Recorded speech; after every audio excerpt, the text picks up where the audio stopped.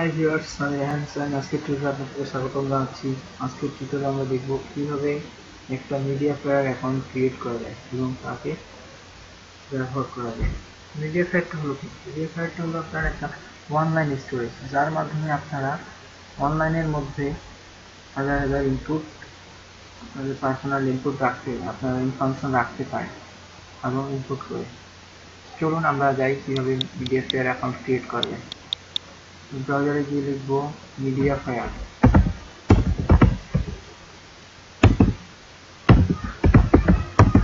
Media fire লিখে যদি আমরা গুগলে সার্চ দিই, দেখেন গুগল অ্যাট ফার্স্ট প্রথমেই সার্চ করে দিচ্ছে মিডিয়া ফায়ারটা আসলে কি এখানে দেখতে পাবেন। Media fire is a file hosting, বলতে হোস্টিংটা কি এখানে ফাইল রাখার জন্য স্টোরেজ। যাই হোক, আপনারা মিডিয়া ফায়ার সম্পর্কে জেনে নেবেন। আমি দেখাই কীভাবে মিডিয়া ফায়ার ব্যবহার এবং মিডিয়া ফায়ার অ্যাকাউন্ট কীভাবে ক্রিয়েট করতে হবে। আমরা মিডিয়া ফায়ারে যাব, তারপরে মিডিয়া ফায়ারের হোম পেজ চলে আসছে। এখান থেকে আমরা লগ ইন এবং সাইন আপ, আমরা যেহেতু অ্যাকাউন্ট ক্রিয়েট করবো অবশ্যই সাইন আপে ক্লিক করব। সাইন আপে ক্লিক করার পরে দেখেন এখানে চলে আসছে choose your plan to get your started. এখানে কি বলছে?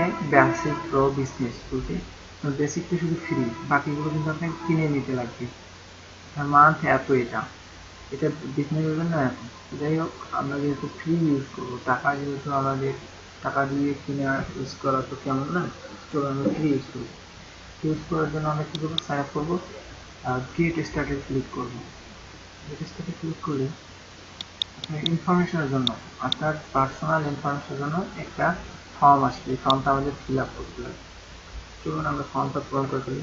First name MD, last name দিয়ে দিই, এখানে ইমেল বলছি,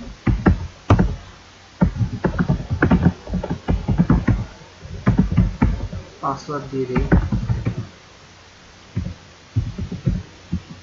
আচ্ছা, দেন আমরা এই টার্মস অফ কন্ডিশনটা আমরা সার্ভিসটা যেহেতু আমরা পাচ্ছি, এই জন্য আমরা অ্যাগ্রি করে দিই সার্ভিস। দেন আমরা ক্রিয়েট অ্যাকাউন্টে ক্লিক করবো।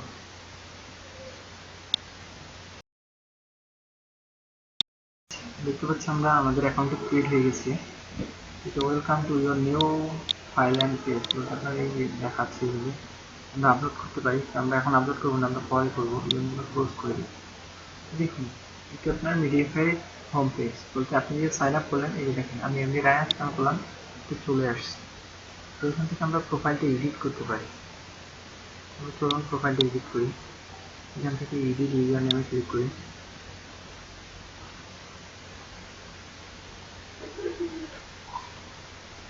এখানে এটা আমার ইউজার নেম, ওয়েবসাইট টেক্সট আমরা এখানে অ্যাড করতে পারবো,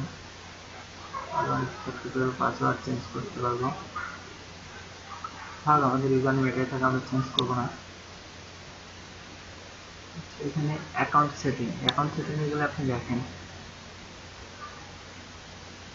এখানে অ্যাকাউন্টে সব কিছু তথ্য এখানে দেওয়া আছে।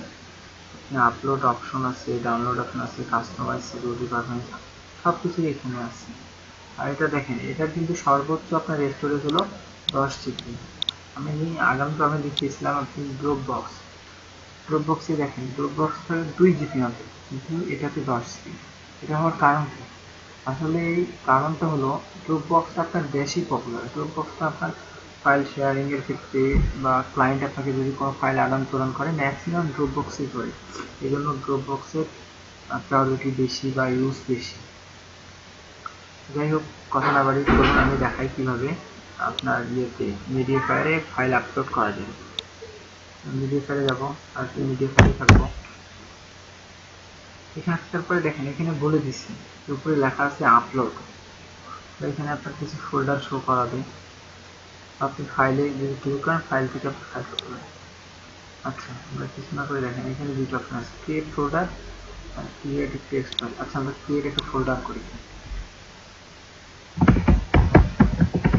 ইনফরমেশন নামে একটা ফোল্ডার আমরা ক্রিয়েট করলাম। এই ফোল্ডারটা আমাদের ক্রিয়েট হয়ে গেছে। আমরা যদি এখান থেকে আপলোড ফাইলে ক্লিক করি, লোডিং হচ্ছে।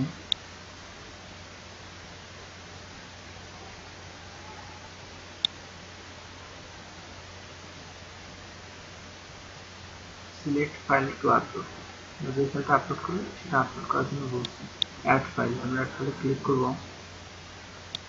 দেন আমরা এখান থেকে একটা যে কোনো ইনফরমেশন দিয়ে দিই, আচ্ছা এটা দিয়ে দিই, তারপরে ওপেন করব।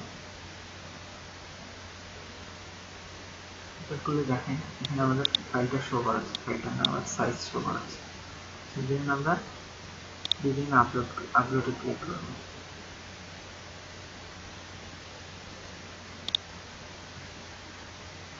0% এখানে আমাদের ফাইলটা আপলোড হচ্ছে।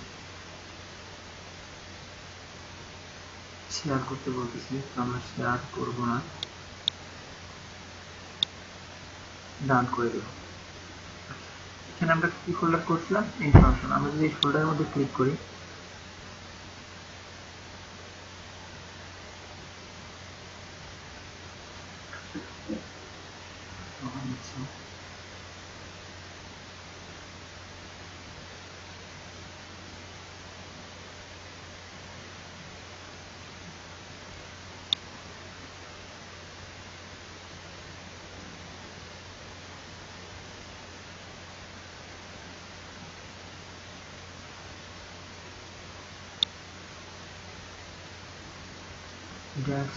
একটু সময় নিচ্ছে। আসলে দেখেন আমরা কিন্তু এর মধ্যে করিনি, আমরা বাইরে থেকে আপলোড যেহেতু করছি, এখানে কন্ট্রোল ইয়ার মাইন্ড, এটা আপনার বাইরেই কিন্তু আপলোড হয়েছে। যদি আমরা এই ফোল্ডারের মধ্যে প্রবেশ করি, এখান থেকে যদি আমরা আপলোডে ক্লিক করতাম, তাহলে কিন্তু আমাদের এই ভিতরে আপলোড হয়েছে। আর এটাতে 10 সিপি, অবশ্যই আপনারা এটা ইউজ করবেন, ইউজ করে দেখবেন আপনাদের অবশ্যই ভালো লাগবে।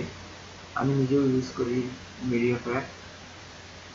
তো এই ছিল আজকের টিউটোরিয়াল, মিডিয়াফায়ার অ্যাকাউন্ট ক্রিয়েট করা এবং মিডিয়াফায়ার সম্পর্কে বিস্তারিত বলা। তো ধন্যবাদ, আশা করি টিউটোরিয়ালটি বুঝতে পারছেন। অবশ্যই যদি টিউটোরিয়ালটি আপনাদের ভালো লাগে থাকে লাইক কমেন্ট করবেন ও সাবস্ক্রাইব করতে ভুলবেন না।